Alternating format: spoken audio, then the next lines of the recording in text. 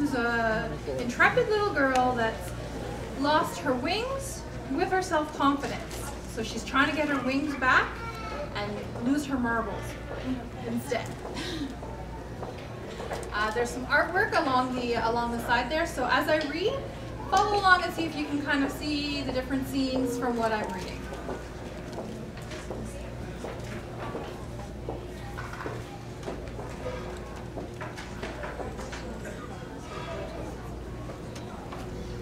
Once upon a time, there was a young girl, Jenny, who sat among a great multitude of butterflies.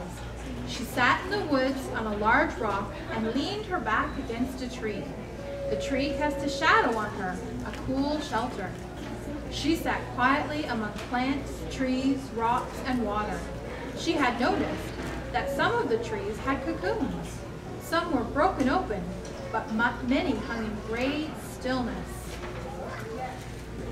I am peaceful. I am full of joy and hope. All that I am to be is in me. I am fearfully and wonderfully made. She watched the butterflies in all their shapes and colors. They fluttered about as they embraced their individuality and uniqueness. Their wings created a soft breeze that gently whispered against her cheek. You are lovable. All this time, a little red fox was watching Jenny from the brush. He decided to come out and pay a visit to the young girl under the tree. Hi, my name is Rusty, and I live in the brush. Why are you sitting under this tree? Asked Rusty. I'm hoping to get my wings back, said Jenny. The tree is my support until the truth is told, said Jenny. What's that? That Daddy has left me to fend for myself, and I can't find love. I can see in the distance other children in the woods. They seem happy and have their wings. How did they get their wings? Asked Jenny. By looking into their marble bag and choosing to let them go, said the fox.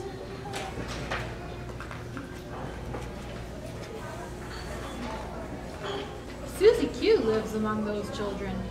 She loves nature and takes good care of the forest critters. She is never in a rush about anything. She loves the gentle raindrops that are all around her. She loves the stillness. Can you look into your marble bag? Asked Rusty. Oh no, that's too scary. What are you so scared of? Asked Rusty, the red fox. If I open the marble bag, I will remember bad words and feelings. I will hear the label stupid. This will remind me on how I lost my wings in the first place. I have an idea, said the red fox. I'm going to go and send Jules. Jules lives in the back of the woods and has grown her wings back. She wears a beautiful blouse with rich turquoise, white, and brown. Her wings are in the shape of sunflower leaves. Jules loves sunflowers and keeps them around her all the time. She lives in the sunflower patch. Jules walks towards Jenny and says, Hi, I'm Jules. Rusty the red fox sent me. He said that you are hoping to grow your wings back. Yes, said Jenny. I'm not too sure how this is done. Well, Jenny, I'm going to give you this diamond. Hold this in your hand. It will remind you that the pressure of seeing your marbles and letting them go. Inside of you are many seeds, and they are being pressed to let you know who you are. I must go now, but I will send my friend Pete to tell you the rest of the story. Pete bounces out of the river and says to Jenny, Hi, my name is Pete. Pete Purpose, that is, and I live beside the river. Jules says that you are trying to get your wings back. Yes, said Jenny. I'm finding it very hard. I too found it difficult, but I got tired of believing all the bad things my marble bag said about me, like the word stupid, and I don't like that, right? That's not a truth. So I let all the marbles and my orange marble bag go into the river. Well, said Jenny, I think I better get going back to the river. Here's a pink scarf to remind you to look for good words. Wow, said Jenny.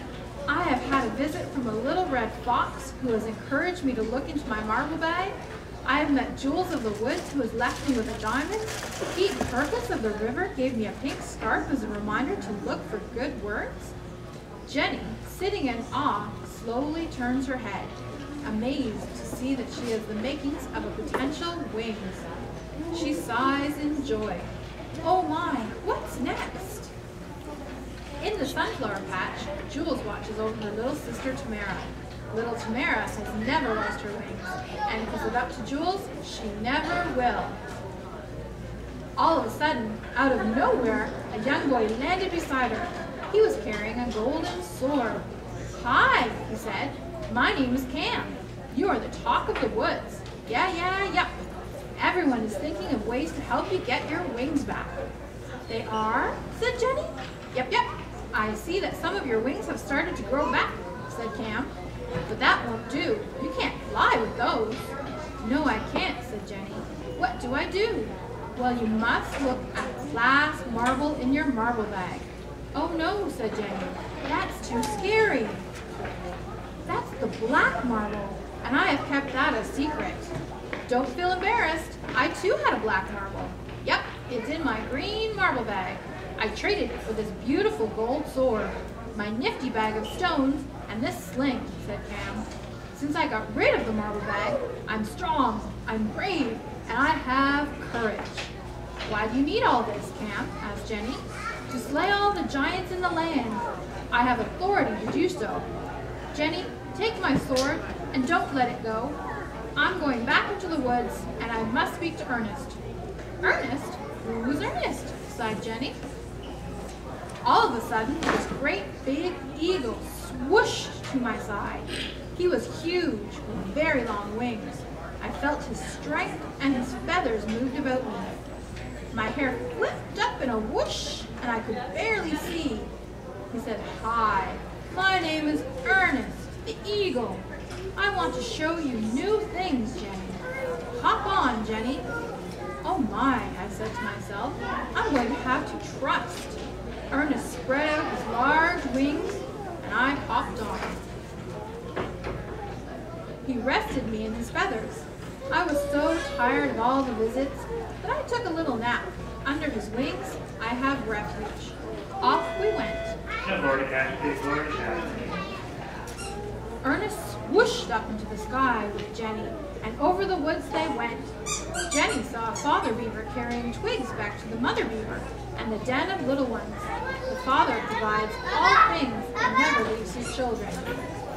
We continued to fly to another part of the woods, and I saw a mother bear and her cubs.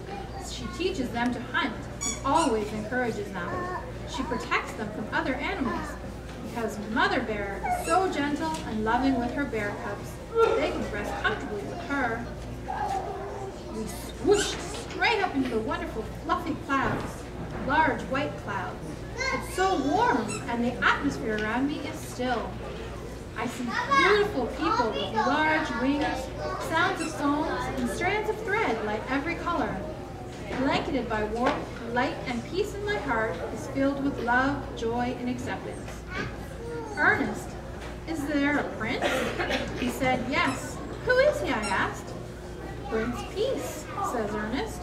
He is the ruler of the woods. This is his kingdom. Tell me more, Ernest. He brings peace, hope, justice, and the newness of life. Safely back at my spot, I open up the marble bag, and the black marble is no longer in my bag. I quickly look behind me. My wings grew so much more with Ernest's help. The sun is now slowly starting to go down. No sight of Prince Peace. As darkness begins, fireflies are all around me. The flickers of light teach me not to fear, and the sounds of crickets remind me that I'm not alone. I feel a warm and soft blanket hit my shoulder. I begin to awaken. I open my eyes to see the prince next to me. I realize that he has always been there. Peaceful, strong, gentle, diamond scarf, sword, and eagle wings, just as everyone had said. I no longer need to look behind me to see if my wings are grown in. I'm wearing a beautiful blouse of light pink, cream and white. My wings are so large